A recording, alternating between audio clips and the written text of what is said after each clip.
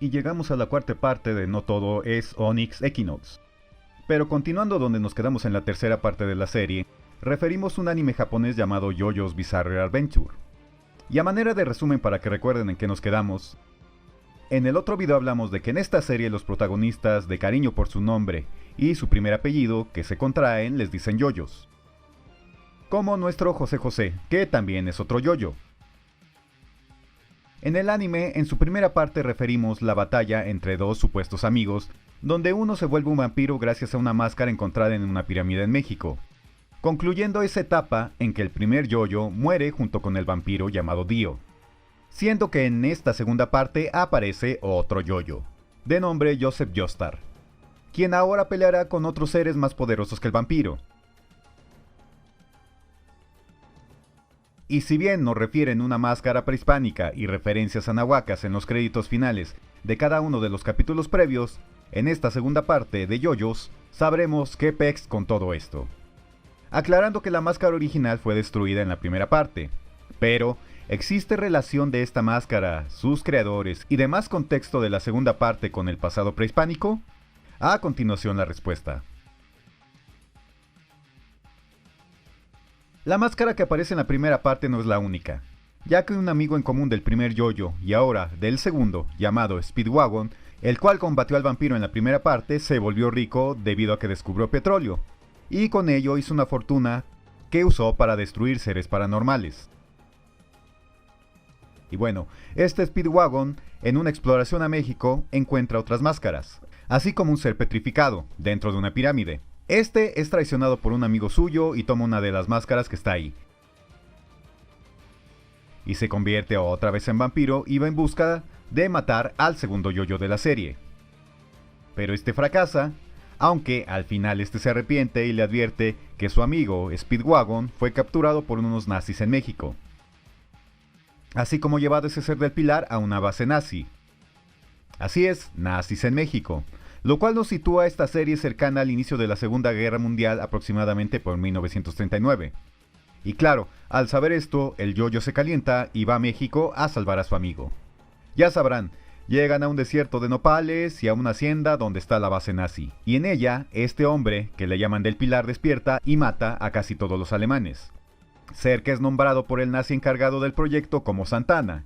Ya sabrán, se escucha un nombre bien mexicanote, me supongo por la relación de Antonio López de Santana, que hizo y deshizo en el país, por su incompetencia. Pero bueno, este que le puso el nazi, Santana, pelea contra el yoyo y el alemán que se le une.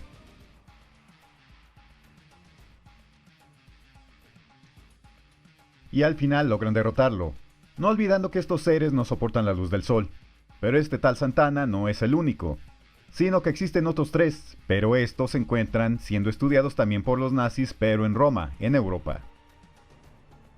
Y mientras el tal Santana es el más débil, los otros son los más fuertes, ya se imaginarán. Y su ambición es dominar todo el mundo, así como poder soportar la luz del sol, a través de las máscaras y una gema que potencializa su poder al ponerla en una de ellas.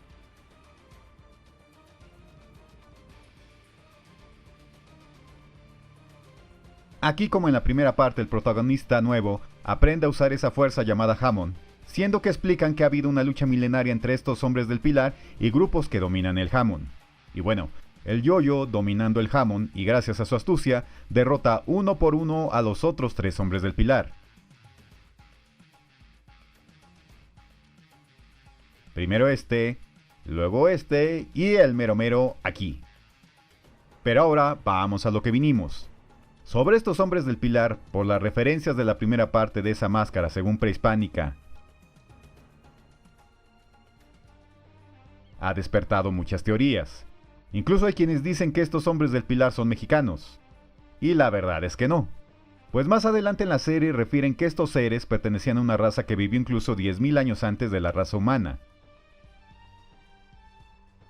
los cuales eran muy longevos y que incluso por ello no nacían muchos de su raza. Y milenios después aparecerían los humanos, los cuales los veían como dioses. Pero de entre ellos nació uno más poderoso que usó la máscara, y así incluso mató a todos los de su especie a excepción de él, y los otros 3 hombres del pilar. Y así, estos pasaron de época en época hasta que se congelaron en el pilar. Esta explicación demuestra que, a contrario de como dicen algunas teorías, para nada estos hombres del pilar eran mexicanos.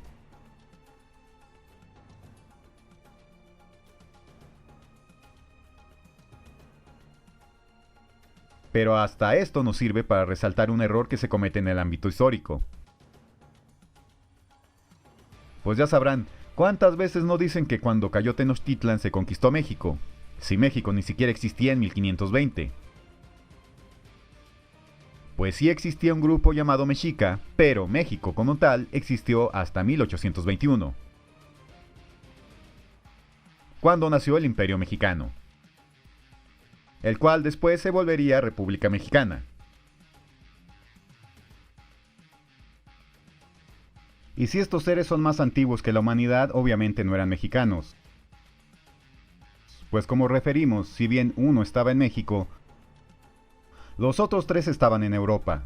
Así, estos seres se supondría que habían viajado por todo el mundo durante su existencia, y la dichosa máscara que los convierte, tal vez los creadores de la serie se buscaron inspirar en máscaras de jade y turquesa que se han encontrado en nuestro continente. Pero la verdad, los hombres del pilar, las máscaras y esa referencia de México de que en una pirámide encontraron evidencia de estos seres, no aportan ninguna referencia importante de las culturas anahuacas, o que hayan sido un Quetzalcóatl o Tezcatlipoca. Eso sí, quien le guste el anime, la serie te entretiene. Pero la verdad, ni por sus nombres podemos relacionarlos con el pasado nahuaca. Pues quitando al tal Santana, cuyo nombre se lo puso un nazi, los otros seres se llaman Guamu, SDC y Kars, el más poderoso de los 4. Pero si los yoyos tienen sus hombres del pilar, acá también podemos tener los hombres anahuacas.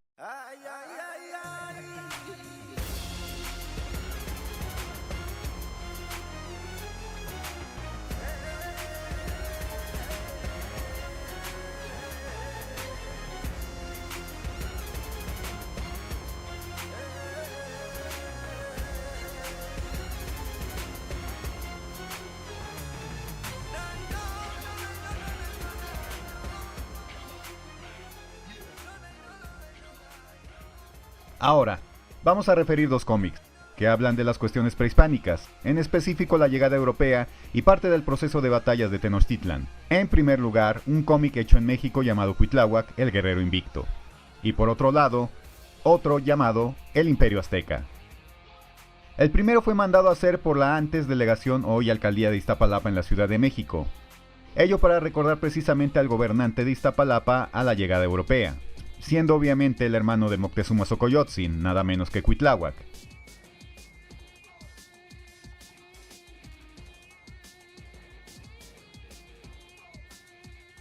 Mientras que Imperio Azteca fue hecha en Estados Unidos. Ambos cómics podría decirse que hasta se complementan, a pesar de haber sido realizados por autores diferentes y en países diferentes.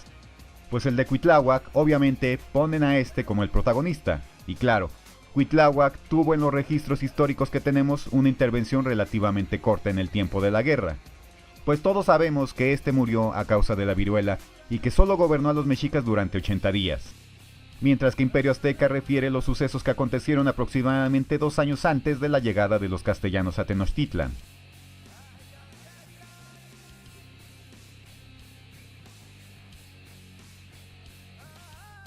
El cómic de México obviamente está escrito al castellano, y el de Imperio tiene sus diálogos en inglés. En cuanto a su estilo de animación, ambos tienen un estilo aceptable de realización, aunque el hecho en Estados Unidos está un poco más apegado a la fisonomía de los habitantes de estas tierras. Pues el de Cuitláhuac se hace un diseño algo idealizado de los habitantes de entonces, al estilo Calimán.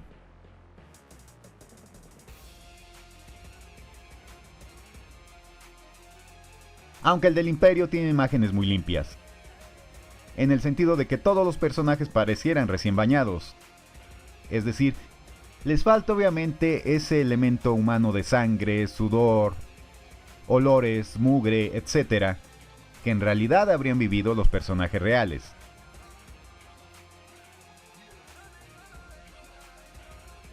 pero en honor a ambos cómics.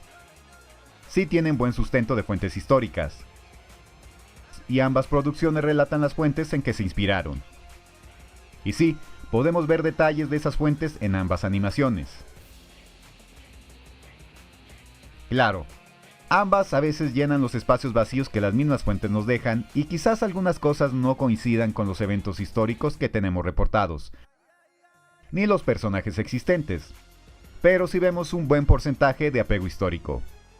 Por ejemplo, en el caso del de Cuitláhuac refieren las guerras de mexicas con otros pueblos,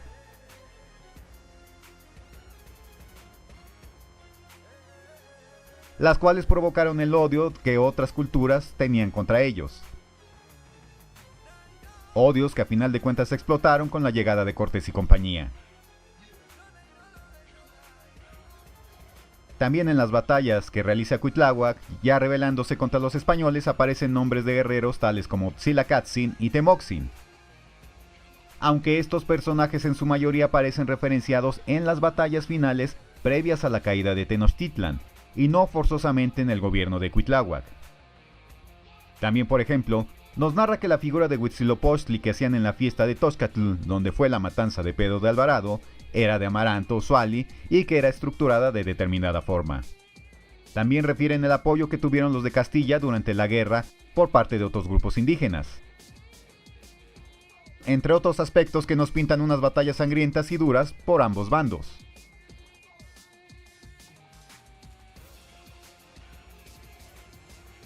Mientras que el cómic de Imperio Azteca, bueno, si bien a lo largo de la trama refieren con el nombre correcto de mexicas a los habitantes de Tenochtitlan, sí el nombre de Imperio Azteca como que no va, pero pues bueno. Sin embargo, a cambio, esta animación nos da otras cosas.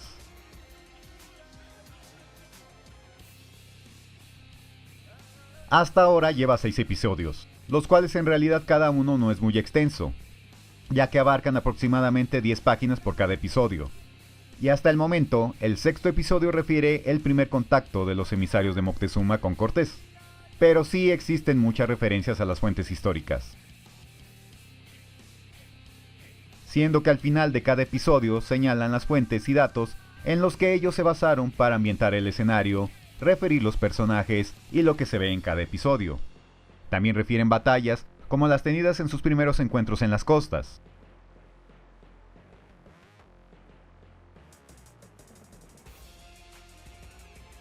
Aparece la referencia de Gonzalo Guerrero y que éste se negó a unirse a Cortés. También obviamente la Malinche, la cual señalan que fue una princesa, pero que fue dada como sirvienta a los españoles.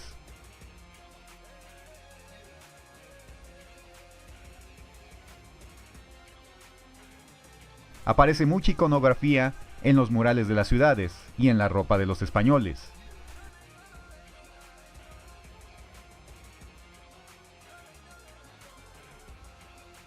También los detalles de que no solo venían hombres europeos al continente, sino que también los acompañaban mujeres, niños y esclavos africanos. El patoli también lo apreciamos, y quizás algunos detalles no corresponderían precisamente a determinadas culturas que aparecen en el cómic, pero sí refieren muchas cosas que existen en códices, esculturas, murales, etc.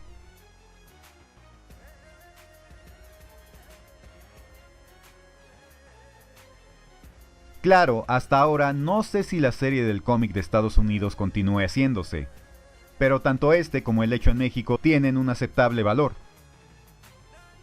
y que a su manera nos narran parte de los eventos históricos a través de la representación de personajes pintados. Así, podrían ser ambos cómics unos códices modernos si se quiere ver, que buscan actualizar lo que aparece en las fuentes históricas, siendo que les dejo el enlace donde pueden ver los episodios de Imperio Azteca, y del de Cuitláhuac. Pronto voy a hacer un video sobre este personaje y ahí les compartiré el enlace del cómic. Y ya ustedes me darán su opinión sobre qué les parecen ambos.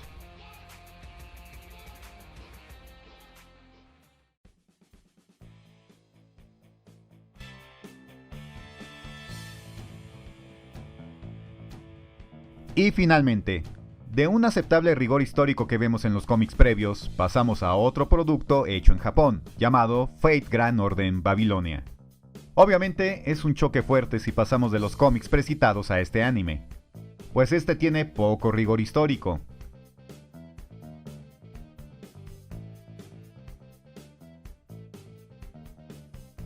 Empezando porque aquí nos muestran un Quetzalcóatl, el gran civilizador del Anáhuac, como una mujer. Y bueno, acá manejaban el concepto de dualidad, pero acá el lado femenino ganó cañón. ¿Qué? ¿No les gustó? ¡Ching! Todos a ver quién es el primero. Sin embargo, eso de identificar a un ser histórico mítico que aparentemente es hombre o mujer, recreándolo con el sexo opuesto, no es exclusivo de Quetzalcóatl.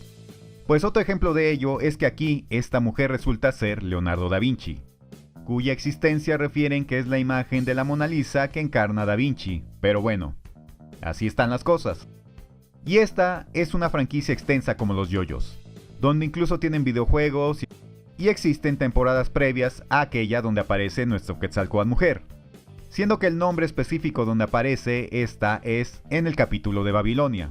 Y sí, obviamente, esta se sitúa en el periodo de tiempo donde existió Babilonia. Obviamente, Quetzalcóatl está lejos del Anáhuac en el Oriente Medio. ¿Pero qué hace hasta allá? Tratando de explicar la trama de este anime de forma muy resumida, es un anime que guarda relación, ya saben, con tramas tipo Volver al Futuro, donde existe la capacidad de viajar en el tiempo. Pero esos viajes en el tiempo, como nos lo narran en Volver al Futuro, puede provocar la alteración del mismo y generar líneas de tiempo paralelas. Así, por el poder del guión, en este anime se dan viajes del tiempo de forma indiscriminada donde coexiste la magia y la ciencia. Y de una forma muy específica, ya se imaginarán, existen fuerzas malignas de la magia que quieren desaparecer a la humanidad. ¿Y cómo logran eso?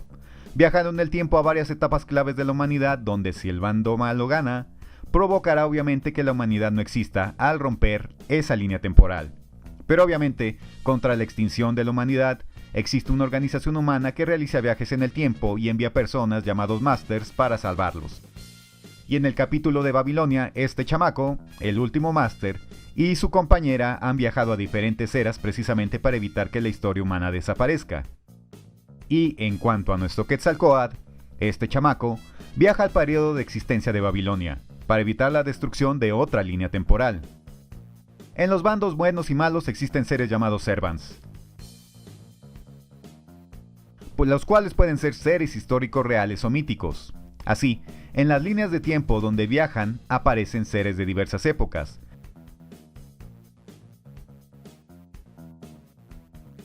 Siendo que en el episodio de Babilonia coexiste Merlín, Quetzalcóatl, el rey Gilgamesh, Leónidas de los espartanos y varios más. Entre buenos y malos existen Servants, y Quetzalcóatl es un Servant, según esto.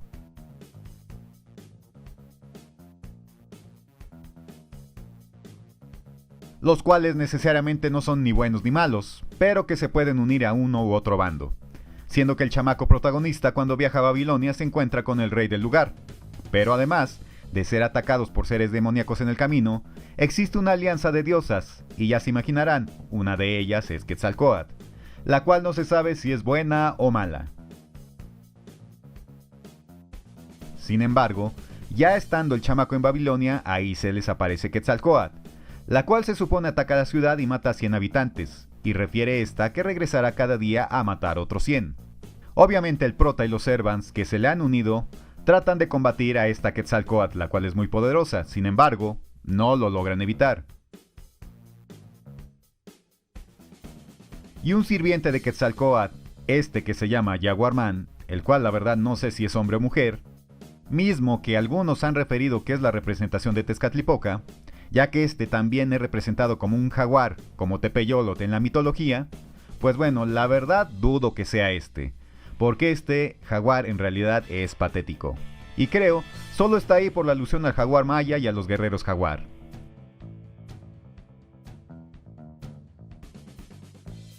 Pero bueno, resulta que Quetzalcóatl se retira a su territorio, pero esta custodia un arma llamada el hacha de Marduk, la cual los buenos deben obtener para pelear. Y claro, tendrán que pelear con Quetzalcóatl para obtenerla. Al chamaco en el camino se le suman otros seres míticos y van en busca de Quetzalcóatl, uniéndoseles también el dichoso Jaguarman. Y ya en el templo de Quetzalcóatl, pues la combaten, No olvidando en la serie que sacan la chistosada de que a Quetzalcóatl le gusta pelear y le gusta la lucha libre. ¡Lucha!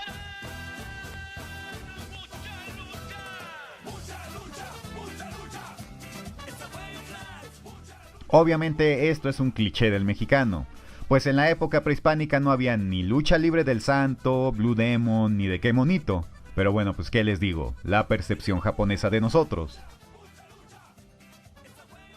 Pero bueno, durante la pelea con Quetzalcóatl, el chamaco protagonista decide sacrificarse a sí mismo y así tratar de convencer o vencer a Quetzalcóatl. Y para ello, se lanza desde el aire al suelo para romperse toda la crisma. Pero al final, Quetzalcóatl lo rescata y no se rompe toda su Mauser. Siendo que Quetzalcóatl buscaba precisamente que este chamaco se sacrificara desinteresadamente para que ella se uniera a su bando. Y pues así pasa. Se les une, les ayuda a trasladar la dichosa hacha y se preparan para las siguientes batallas. Obviamente, es una mezcla de datos y circunstancias sin lógica histórica. Pues a diferencia de los cómics ya citados, aquí da igual mezclar aspectos prehispánicos con fantasía y de otras culturas más.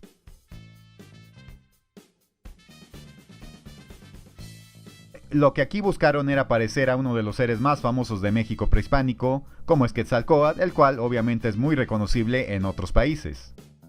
Pero eso de que le gustaba la lucha libre, pues nada que ver. Otra imprecisión muy clara que vemos se da en su templo, donde aparece una reproducción del mal llamado calendario azteca o Cuauhxicalli, pegado con el templo de Kukulcán de los mayas de Chichén Itzá, el cual tampoco corresponde al mítico Quetzalcóatl, sino al periodo mexica. Aunque por ahí aparece una referencia de que a este Quetzalcóatl no le gusta tomar, por aquello del mítico Quetzalcóatl que tomó pulque.